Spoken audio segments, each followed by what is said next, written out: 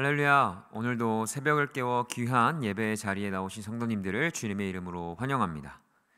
6월 26일 사도신경으로 우리의 신앙을 고백하며 새벽 예배를 하나님께 올려드리겠습니다.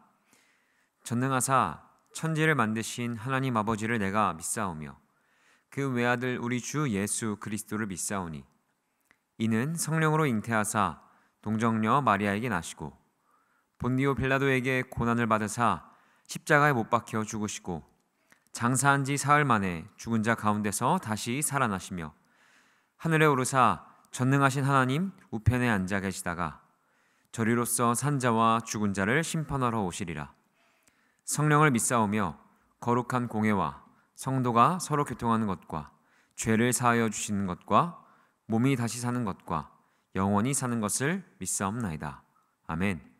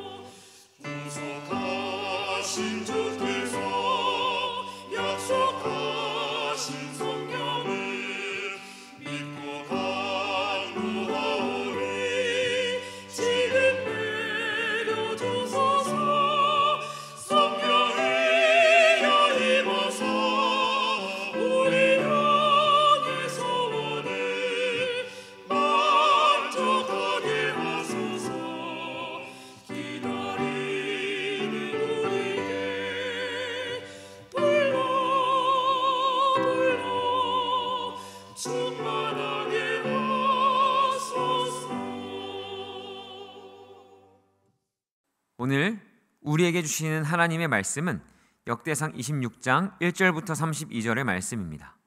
제가 봉독하겠습니다. 고라 사람들의 문지기 반들은 이러하니라.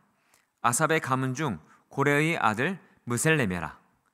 무셀레미아의 아들들인 맏아들 스가랴와 둘째 여디야엘과 셋째 스바냐와 넷째 야드니엘과 다섯째 엘람과 여섯째 여호하난과 일곱째 엘여호에네이며 오베데돔의 아들들은 맏아들 스마야와 둘째 여호사밧과 셋째 요아와 넷째 사갈과 다섯째 느다넬과 여섯째 암미엘과 일곱째 이사갈과 여덟째 부올레데이니 이는 하나님이 오베데돔에게 복을 주셨습니다. 그의 아들 스마야도 두어 아들을 낳았으니 그들의 조상의 가문을 다스리는 자요 큰 용사라. 스마야의 아들들은 오드니와 르바엘과 오벳과 엘사밧이며 엘사밧의 형제 엘리후와 스마갸는 능력이 있는 자이니 이는 다 오베데돔의 자손이라. 그들과 그의 아들들과 그의 형제들은 다 능력이 있어 그 직무를 잘하는 자이니 오베데돔에게서 난 자가 62명이며 또 무셀레미아의 아들과 형제 18명은 능력이 있는 자라. 므라리 자손 중 호사에게도 아들들이 있으니 그의 장자는 시므리라. 시므리는 본래 맏 아들이 아니나 그의 아버지가 장자로 삼았고 둘째는 힐기야요 셋째는 드벨리야요 넷째는 스가랴이니 호사의 아들들과 형제들이 13명이더라. 이상은 다 문지기의 반장으로서 그 형제처럼 직임을 얻어 여호와의 성전에서 섬기는 자들이라. 각 문을 지키기 위하여 그의 조상의 가문을 따라 대소를 막론하고 다 제비 뽑혔으니 셀레미야는 동쪽을 뽑았고 그의 아들 스가랴는 명철한 모사라. 모사를 위하여 제비 뽑으니 북쪽을 뽑았고 오베데돔은 남쪽을 뽑았고 그의 아들들은 곳간에 뽑혔으며 숫빔과 호사는 서쪽을 뽑아 큰 길로 통한 살레겟 문 곁에 있어 서로 대하여 파수하였으니 동쪽 문에 레위 사람이 6이요 북쪽 문에 매일 4사람이요 남쪽 문에 매일 4사람이요 곳간에는 2씩이며 서쪽 뜰에 있는 큰 길에 4사람 그리고 뜰에 2사람이라. 고라와 므라리 자손의 문지기의 직책은 이러하였더라. 레위 사람 중에 아히야는 하나님의 전 곳간과 성물 곳간을 맡았으며 라단의 자손은 곧 라단에게 속한 게르손 사람의 자손이니 게르손 사람 라단에게 속한 가문의 우두머리는 여히엘리라. 여히엘리의 아들들은 스담과 그의 아우 요엘이니 여호와의 성전 곳간을 맡았고 아므람 자손과 이스라엘 자손과 헤브론 자손과 우시엘 자손 중에 모세의 아들 게르솜의 자손 스브엘은 곳간을 맡았고 그의 형제 곧 엘리에셀에게서 난 자는 그의 아들 르하베아와 그의 아들 여사야와 그의 아들 요람과 그의 아들 시그리와 그의 아들 슬로못이라. 이 슬로못과 그의 형제는 성문의 모든 곳간을 맡았으니 곧 다윗 왕과 가문의 우두머리와 천부장과 백부장과 군대의 모든 지휘관이 구별하여 드린 성물이라. 그들이 싸울 때에 노력하여 얻은 물건 중에서 구별하여 드려 여호와의 성전을 계수한 일과 선견자 사무엘과 기스의 아들 사울과 넬의 아들 아브넬과 스리아의 아들 요압이 무엇이든지 구별하여 드린 성물은 다 슬로못과 그의 형제의 지위를 받았더라. 이스라엘 자손 중에 그나냐와 그의 아들들은 성전 밖에서 이스라엘의 일을 다스리는 관원과 재판관이 되었고 헤브론 자손 중에 하사랴와 그의 동족 용사 1700명은 요단 서쪽에서 이스라엘을 주관하며 여호와의 모든 일과 왕을 섬기는 직임을 맡았으며 헤브론 자손 중에서는 여리야와 그의 족보와 종족대로 헤브론 자손의 우두머리가 되었더라. 다윗이 왕 위에 있은 지 40년에 길르앗 야셀에서 그들 중에 구하여 큰 용사를 얻었으니 그의 형제 중 2700명이 다 용사요 가문의 우두머리라. 다윗 왕이 그들로 르우벤 갓과 므낫세 반 지파를 주관하여 하나님의 모든 일과 왕의 일을 다스리게 하였더라. 아멘. 예배와 드려진 예물을 위해서 함께 기도하시겠습니다. 하나님, 오늘도 우리를 깨워서 이 예배의 자리에 인도하여 주시니 감사합니다. 오늘 아침 하나님께 드리는 우리의 이 예물과 우리의 기도, 이 예배를 받아 주시옵소서. 하나님, 무엇보다 이 예배를 통하여서 또 함께 듣는 이 말씀을 통하여서 하나님이 어떠한 분이신지 더 알아가길 원합니다. 하나님, 우리에게 당신이 어떠한 분이신지 알려주시고 우리에게 말씀하여 주시옵소서. 이 모든 말씀 우리와 함께 하시는 우리 주 예수 그리스도 이름으로 기도합니다. 아멘. 오늘 역대상 26장의 말씀은 성전의 문지기와 곳간을 맡게 된 레위인들에 대해서 이야기하고 있습니다. 저는 오늘 말씀에 등장하고 있는 여러 직무 중에 성전 문지기, 곳간을 맡은 사람, 재판관 이런 여러 직임들 중에 특히 이 문지기에 대해서 한번 살펴보고 싶은데요. 역대상 23장을 보면 성전을 지키던 문지기의 수가 얼마나 많은지 우리에게 알려주고 있습니다. 역대상 23장 5절입니다. 4,000명은 문지기요 4,000명은 그가 여호와께 찬송을 드리기 위하여 만든 악기로 찬송하는 자들이라. 성전에서 찬양을 맡은 자들이 4,000명인데 그와 동일한 수가 성전의 문을 지키고 있습니다. 예루살렘 성도 아니고 성전이라면 찬양하는 자들이 좀 더 많아야 할 것 같은데 그렇지가 않아요. 오늘 26장에 나오는 문지기들의 반차가 총 24개의 반차, 그러니까 24개의 그룹으로 나눠져 있었는데 4,000명을 24로 나누면 170이잖아요. 그러니까 한 번에 170명 정도가 성전을 지켰다는 것을 알 수 있습니다. 성전에 나아가서 하나님을 찬양하는 것만큼 성전문 밖에서 성전을 지키는 것도 굉장히 중요하게 여겼던 것이죠. 보통 문지기는 어떤 역할을 감당하나요? 문지기는 자신이 지키고 있는 성에 위협이 될 만한 어떤 수상한 사람이나 물건을 감시하고 경계하면서 성을 지키고, 그렇죠. 그런데 무엇보다 문지기에게 있어서 중요한 것은 성의 군주나 왕의 명령이겠죠. 평소에 잘 드나들던 사람도 왕의 명령 때문에 들어오지 못하는 경우들도 있잖아요. 왜 저희 사극을 보다 보면 원래 궁궐을 자유롭게 오고 가던 신하가 문지기에게 막힙니다. 그러면 그 신하가 얘기하죠. 너 내가 누군지 아느냐? 하면 문지기들이 왕의 어명입니다. 그러니까 이런 장면들 보신 적 있으시잖아요. 그러니까 성전 문지기의 역할도 크게 다르지 않습니다. 무분별한 출입을 막고 부정한 것들을 구별하여서 성전으로 들어오지 못하게 하는 것이 이 성전 문지기들의 역할이었어요. 그러나 무엇보다 그들이 그렇게 하는 근거는 성전의 주인이자 그들의 왕이 되시는 하나님의 말씀, 율법이었죠. 하나님의 말씀, 율법이 말하는 부정한 것을 들어오지 못하게 하고 또 성전 밖으로 나가면 안 되는 것들을 나가지 못하도록 막는 것이 이 성전 문지기들이 하는 역할이었습니다. 제가 이 말씀을 보고 묵상을 해서 이 설교를 전해야 하는데 너무 막막한 거예요. 사람들 이름 나열한 것 가지고 그냥 어떤 그 그룹 짜여진 거 가지고 도대체 뭐를 묵상하라고 하시는 건지, 하나님 이 말씀으로 도대체 어떻게 말씀을 전하라고 하시는 건지 막 이런 생각들이 생겨나고 불평과 막 쓴 말들이 막 나오려고 하는 거예요. 근데 그 순간 이제 우리가 성령이 거하시는 전이라고 했는데 성전이 된 우리에게서도 나가면 안 될 게 있고 들어오면 안 될 게 있는 거구나 라는 생각이 드는 거죠. 그러니까 정직히 저를 봤을 때 너무 쉽게 쓴 말들을 쏟아내기도 하고 감사보다는 찬송의 그 이야기보다는 원망의 이야기들을 쏟아낼 때가 얼마나 많은지 모릅니다. 이제 우리가 성령이 거하시는 전이라고 우리 주님께서 말씀하시는데 정직히 우리에게서는 무엇이 나가고 있나요? 거룩한 전인데 우리에게서 불평이 나가고 쓴 말들이 나가고 그 음란한 것들이 나가고 있는지는 않나요? 그러니까 그것은 성전과 전혀 어울리지 않는 것이죠. 주님께서 기뻐하시는 일이 아니지 않습니까?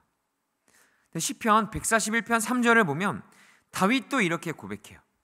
그러니까 이스라엘 왕으로 40년 동안 통치하며 살아갔지만 다윗의 삶을 돌아보면 얼마나 억울한 일이 많고 그러니까 불평과 원망을 하기 얼마나 좋은 상황이었어요. 그러니까 쓴 말들과 아픈 이야기들을 쏟아내도 그 어느 누구도 다윗에게 뭐라고 할 수 있는 사람은 없었을 거예요. 그러나 다윗은 시편 141편 3절에 이렇게 고백합니다. 여호와여 내 입에 파수꾼을 세우시고 내 입술의 문을 지키소서. 아멘. 우리는 성령의 거룩한 전으로 세우심을 받았잖아요. 성령님께서 우리 가운데 거하시길 정하셨습니다. 그렇다면 우리에게서도 마땅한 것은 무엇이겠습니까? 그러니까 우리들로부터 나가면 안 되는 것들이 있겠죠. 근데 특별히 이 다윗의 고백과 같이 우리는 우리의 입술로부터 나가면 안 되는 것들, 우리에게서 나가면 어울리지 않는 것들, 그것들이 우리에겐 분명히 있음을 우리가 다시 한번 기억하길 바랍니다. 만약 우리들에게서 나가는 것들이 하나님께서 기뻐하시지 않는 것들이라면, 우리에게서 나가려고 하는 것이 하나님의 말씀이 거부하는 것이라면, 하나님께서 원하시지 않는 것이라면 그것을 단호히 막아서서 우리의 성전됨을 보여주는 우리 성도님들 되시길 축복합니다. 이렇게 성전으로부터 나가선 안 되는 것들이 있다면 성전 안으로 들어가서는 안 되는 것도 있고 또 그것도 우리는 막아야 하겠죠. 우리의 안으론 무엇이 들어오고 있습니까? 성전 안으로 들어오면 안 되는 것들, 음란하고 부정하고 우리 주님께서 슬퍼하시는 그 죄가 들어오고, 혹은 미움과 어떤 분열과 시기가 우리 가운데 들어오고 있는 것은 아닌가요? 혹은 우상들이 우리 가운데, 우리 마음 가운데 들어와 있지는 않습니까? 에스겔 8장에 나오는 환상은 우리 성도님들이 이미 너무나 다들 잘 아실 겁니다. 에스겔이 바벨론의 포로가 되어서 끌려간 지 시간이 좀 지난 후 하나님께서 유다 백성이 심판받은 이유에 대해서 환상을 통해 말씀을 하시죠. 그러니까 남유다 백성들이 행했던 가증한 일에 대해서 하나님은 총 4가지 환상을 보여주세요. 에스겔 8장 5절입니다. 그가 내게 이르시되 인자야, 이제 너는 눈을 들어 북쪽을 바라보라 하시기로, 내가 눈을 들어 북쪽을 바라보니 제단문 어귀 북쪽에 그 질투의 우상이 있더라. 그러니까 성전의 안뜰로 들어가는 북쪽 문을 보니까 질투의 우상, 그러니까 이스라엘 백성이 오래 섬겨왔던 아세라가 서 있는 거예요. 성전의 아세라가 무슨 말입니까? 성전을 들어가는 그 뜰에, 그 어귀에 아세라 우상이 서 있대요. 이게 어떻게 말이 됩니까? 그런데 하나님은 그게 끝이 아니라고 말씀하세요. 하나님은 에스겔을 북쪽 문을 지나 안뜰로 들어가는 어귀로 데려가십니다. 그곳을 보니까 남유다를 대표하고 이끌어가던 장로 70명과 요시야 개혁을 함께 주도했던, 그때 중요한 역할을 했던 야사냐가 벽에 곤충과 동물들을 새겨놓고 거기서 이런 기도를 해요. 에스겔 8장 12절입니다. 또 내게 이르시되 인자야, 이스라엘 족속의 장로들이 각각 그 우상의 방한 어두운 가운데에서 행하는 것을 네가 보았느냐? 그들이 이르기를 여호와께서 우리를 보지 아니하시며 여호와께서 이 땅을 버리셨다 하느니라. 하나님이 우리를 버렸다. 하나님이 우리를 포기하셨다. 하나님이 우리를 살피지 않는다. 이런 기도를 하고 있는 거예요. 하나님이 이스라엘 백성을 버린 게 아니라 이스라엘 백성이 하나님을 버린 거잖아요. 그런데 그런 기도를, 그런 한탄을 우상 앞에서 하고 있는 거예요. 근데 그게 끝이 아닙니다. 북문 어귀로 이끌어 가셔서 보니까 여인들이 바벨론의 신 담무스를 위해서 애곡하고 있어요. 그러니까 이 애곡하고 있는다는 것은 담무스를 위한 어떤 경배의 모습이었다고 해요. 그런 일들을 성전 안에서 행하고 있는 거죠. 그런데 마지막으로 하나님은 또 한 가지를 말씀하세요. 8장 15절입니다. 그가 또 내게 이르시되 인자야, 네가 그것을 보았느냐? 너는 이보다 더 가증한 일을 보리라 하시더라. 새 번역을 보니까 이 가증한 일은 역겨운 일로 번역했더라고요. 에스겔아, 너 이게 끝인 것 같이? 근데 내가 더 역겨운 일을 보여줄게 하시며 보여주신 환상은 이렇습니다. 그가 또 나를 데리고 여호와의 성전 안뜰에 들어가시니라. 보라, 여호와의 성전문 곧 현관과 제단 사이에서 약 25명이 여호와의 성전을 등지고 낯을 동쪽으로 향하여 동쪽 태양에게 예배하더라. 그러니까 성소로 들어가는 성전 문과 하나님께 제물을 드리는 번제단 사이에서 하나님의 성전을 등지고, 곧 하나님을 등지고 태양을 바라보며 태양신에게 예배하고 있는 거예요. 성전 안으로 이런 것들은 들어가면 안 되는 거잖아요. 하나님의 집, 하나님께서 거하시는 거룩한 성전인데 어떻게 우상들을 새겨놓고 어떻게 그 우상들을 모셔들어가지고 그 앞에서 분향하고 그 앞에서 기도하고 어떻게 그 앞에서 예배를 드립니까? 말도 안 되는 일이잖아요. 정말 하면 안 되는 것이잖아요. 하나님은 우상 숭배를 영적 음행이라고 말씀하시거든요.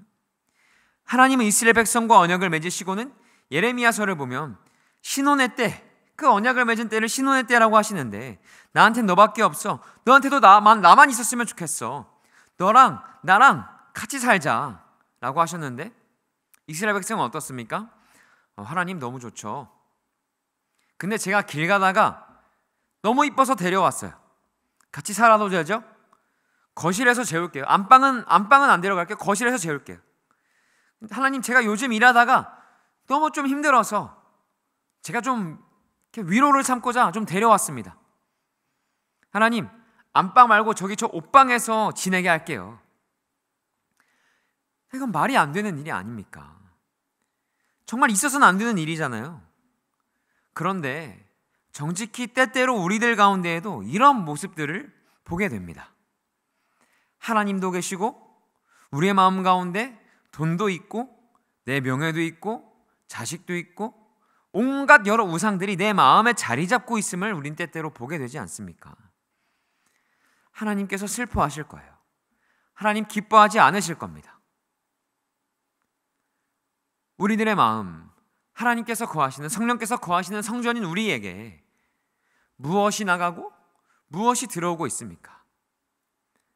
오늘 이 시간 성전에서 찬송하는 것만큼 성전 문을 지키는 것도 그만큼 중요한 것임을 기억하면서 저와 우리 한사람교회 성도님들의 마음의 보좌에는 다른 어떠한 것이 아니라 오직 우리의 왕이신 하나님만 계시길 바랍니다.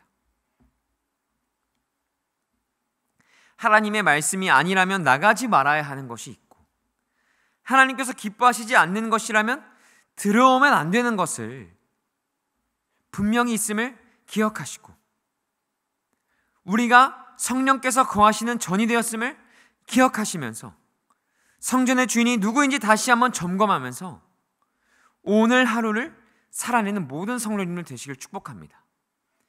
우리의 마음에, 우리의 영혼에 말씀의 파수꾼을 세워서 나가면 안 되는 것을 단호히 막아서고, 우리 가운데 들어오면 안 되는 것을 단호히 막아서는 우리 성도님들 되시기를 우리 주님의 이름으로 축복합니다.